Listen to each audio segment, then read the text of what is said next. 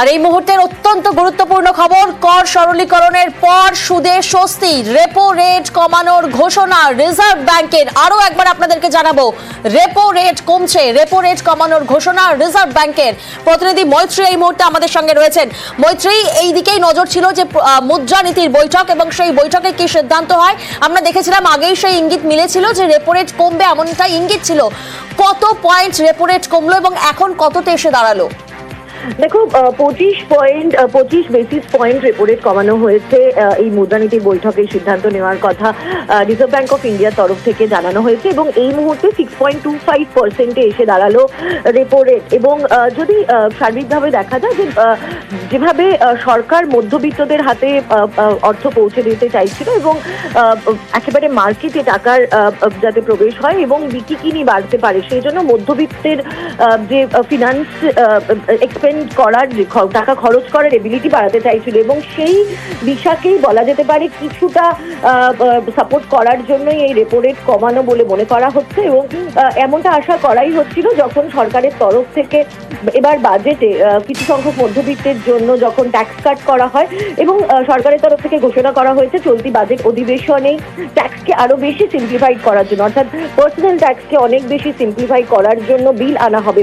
ফলে সব মিলিয়ে মধ্যবিত্তের কথা মাথায় রাখা হচ্ছে যাতে মধ্যবিত্ত অনেক বেশি তাদের খরচের তারা খরচ করার তাদের ক্ষমতা আরো বাড়ে। যদিও ইনফ্লেশনের পরিস্থিতি রয়েছে এই মুহূর্তে, ইনফ্লেশন এবং যদি দেখা যায় যে ভারতের যে জিডিপি এই মুহূর্তে যেটা এক্সপেক্ট করা হয়েছিল সেই জিডিপির ক্ষেত্রে চেঞ্জেস রয়েছে, কিন্তু তাও মধ্যবিত্তের কথা মাথায় রাখা এবং মধ্যবিত্তকে কিছু একটা সাপোর্ট দেওয়া, কোথাও একটা গিয়ে সাপোর্ট দেওয়ার জন্যই কিন্তু এই সিদ্ধান্ত নেওয়া হয়েছে। যদি দেখা যায় যে ফিসকাল ডেফিসিটের কথা, তাহলে জিডিপির 4.8% যে ফিসকাল ডেফিসিট ছিল, এখন সেখান থেকে সরকারের এখন ফিসকাল ডেফিসিটের টার্গেট 4.4%।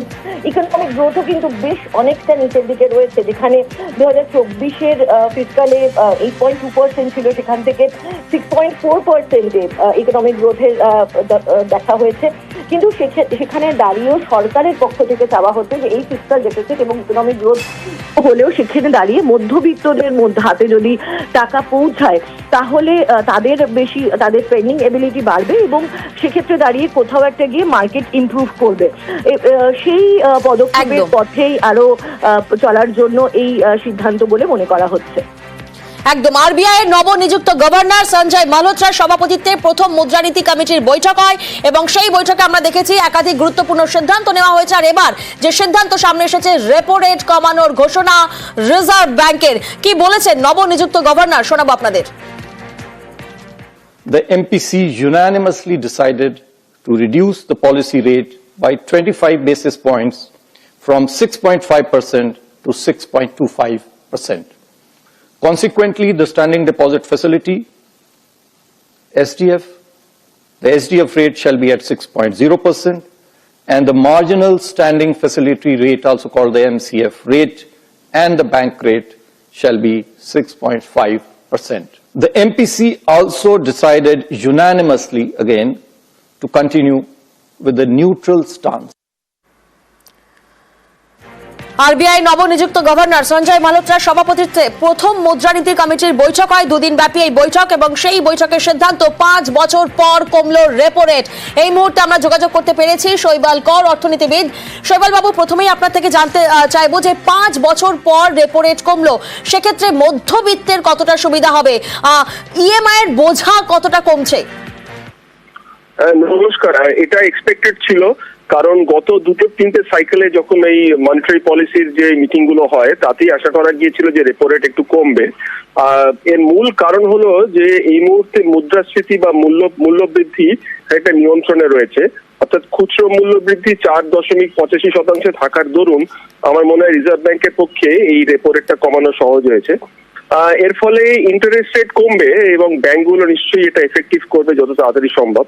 কারণ রেপো রেট হচ্ছে যে টাকা ব্যাংক, অর্থাৎ কমার্শিয়াল ব্যাংকে রিজার্ভ ব্যাংকের কাছ থেকে টাকা ধার নেওয়ার জন্য দিতে হয়, সেটা যদি কমে, ফলে কমার্শিয়াল ব্যাংকও ইন্টারেস্ট রেট কমাবে। মধ্যবিত্ত এবং যারাই ইন্টারেস্ট দিয়ে থাকেন বা ইএমআই দিয়ে থাকেন ধারের উপরে, তাদের প্রত্যেকেরই মাথা পিছু একটু করে রেট কমা উচিত। হয়তো ধরুন 1000 টাকায় 40 টাকা কমবে এরকম আর কি। মধ্যবিত্তের তো স্বস্তি হলো শৈবাল বাবু, সেক্ষেত্রে এই যে সিদ্ধান্ত নেওয়া হলো যে রেপো রেট কমবে, এই সিদ্ধান্তে কি দেশের আর্থিক বৃদ্ধি আরো গতিশীল ও চাঙ্গা হবে? দেখুন, যদি বৃদ্ধি নির্ভর করে যে কত টাকা বিনিয়োগ হচ্ছে তার উপরে, তাহলে বিনিয়োগের সঙ্গে ইন্টারেস্ট রেটের সম্পর্কটা নেগেটিভ, অর্থাৎ ইন্টারেস্ট রেট যত কম হবে তত বিনিয়োগ বাড়া উচিত। যদিও আমাদের দেশের হিসেব কিন্তু বলে যে বিনিয়োগ সম্পূর্ণভাবে নির্ভর করে না এই ইন্টারেস্ট রেটের উপরে। ফলে এই মুহূর্তে ইন্টারেস্ট রেট মাত্র 25 বেসিস পয়েন্ট কমেছে। তার দরুন কতটা কমবে রেপো রেটের দরুন ইন্টারেস্ট রেট কতটা কমবে এবং বিনিয়োগ তার দরুন কতটা বৃদ্ধি পাবে সেটা সময় বলতে পারবে। তবে বিনিয়োগের অভাব খুব আছে বলে মনে হয় না। লোকের হাতে কেনা ক্রয় ক্ষমতা কম তুলনায়, অর্থাৎ বিনিয়োগ করে উৎপাদন বাড়ালাম কিন্তু লোকের হাতে ক্রয় ক্ষমতা দিলাম না, এর দরুন বিশাল উন্নতি হবে না। বেশ, ধন্যবাদ আপনার প্রতিক্রিয়ার জন্য। 5 বছর পর কমলো রেপো রেট, বাজেটের পর বড় স্বস্তি রিজার্ভ ব্যাংকের ঘোষণায়। আরবিআই এর নবনিযুক্ত গভর্নর সঞ্জয় মালহোত্রা কি বলেছেন শোনাবো আপনাদের।